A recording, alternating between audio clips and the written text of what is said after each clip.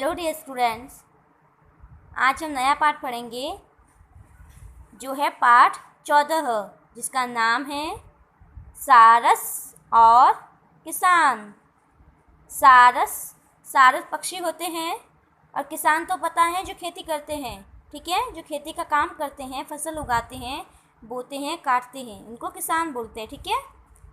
तो आज हम नया पाठ शुरू कर रहे हैं तो आपको अच्छे से सुनना है पूरी कहानी, ठीक है, क्योंकि अगर आप पाठ अच्छे से सुनोगे तभी सारे प्रश्न उत्तर, फिर चाहे वो कहीं से भी आए, आप उसका आंसर अच्छे से दे सकते हो, ठीक है।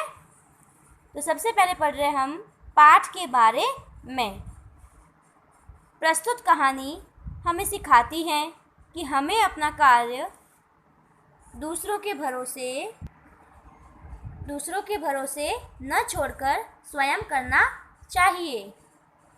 यानी कि ये कहानी में हमें ये शिक्षा मिलेगी कि हमें अपना कार्य दूसरों को नहीं सौंपना चाहिए, बल्कि खुद करना चाहिए, खुद के करने पर विश्वास रखना चाहिए।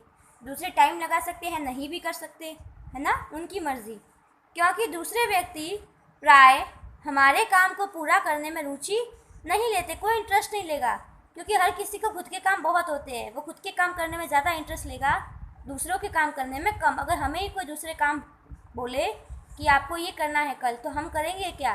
करेंगे तो फिर भी टाइम से करेंगे, सोचेंगे, तुरंत थोड़ी ना हाँ कर देंगे, क्योंकि हमारा खुद का काम होता है। इसीलिए दूसरों को काम देने से पहले, दूसरों को काम देने की तुलना में खुद को करना चाहिए, ठीक है। इसीलिए कहते हैं अपना हाथ जगन्नाथ, अर्थात अपना हाथ ही सब काम में समर्थ है। यानी खुद करेंगे तो हमसे सारे काम कर सकते हैं, हम दूसरों के भरोसे हमें नहीं रहना चाहिए। अब देखिए, एक समय की बात है, मक्का के एक खेत में सारस पक्षियों का एक जोड़ा रहता था। वहीं उनके अंडे भी थे। एक जोड़ा रहता था सारसों का, और जो खेत था वो किसका था? मक्के का, मक्की। फिर समय से उन अंडों में से बच्चे निकले। बच्चे छोटे थे, बच्चे उड़ने लायक होते उससे पहले ही फसल पक गई। वो जब उतरे आसमान से इस खेत में, तब उनके अंडे थे, फिर अंडों में से बच्चे तो निकल गए, लेकिन वो जब उड़ने का समय आया उनका, तब फसल पूरी तरह से पक चुकी थी। दोनों सारस बड़ी चिंता में थे। किसान फसल काटने आए, इससे पहले ही उन्हें बच्चों के साथ वहाँ से चले जाना चाहिए था। ये क्या सोच रहे सारस कि अब तो फसल पक गई है, अब तो किसान आएगा खेत में और फसल काटेगा, तो हमारे अंडे भी दिखेंगे, तो हमें फसल काटने से पहले ही यहाँ से जाना चाहिए। लेकिन उनके बच्चे अभी उड़ नहीं सकते थे। अब वो ऐसा तो नहीं है ना हमारी तरह कि किसी ने रिक्शा ला लिया या कोई ला लिया, उस पर बैठ के चले गए। अब उनके तो कोई होता नहीं है ना साधन, तो उनको खुद उड़ना पड़ता है, उनके पर ही उनका साधन होता है। तो जब बच्चों को उड़ना नहीं आता था तो वो कैसे उड़ सकते थे? सारसों ने बाहर जाने से पहले अपने बच्चों से कहा, बच्चों, हमारे यहाँ न रहने पर यदि कोई खेत के पास आए तो उसकी बात सुनकर याद रखना और हमें बताना। ये सारस जैसे अपने मम्मी पापा बाहर जाते हैं, घर का कोई भी बड़ा सदस्य, तो बोलते हैं ना घर का ख्याल रखना, और घर में कोई भी आए, कोई भी जाए, तो वापस मुझे याद से बताना कि कौन आया था। तो उसी तरह से जो सारस का जोड़ा है, वो दोनों अपने बच्चों से कहकर गए। ये देखिए, इनके बच्चे हैं 4, और सारस और ये दोनों मादा सारस, तो ये दोनों हैं जो इनके माता पिता, वो इनसे बोल के गए कि हमारे जाने के बाद में अगर कोई खेत में आए, किसान के बच्चे या कोई भी खेत से संबंधित लोग, तो हमें बताना कौन आया था और क्या क्या बोल के गया, याद रखना और हमें बताना, ठीक है। उसके बाद देखिए, कहानी बहुत अच्छी है, सुननी है।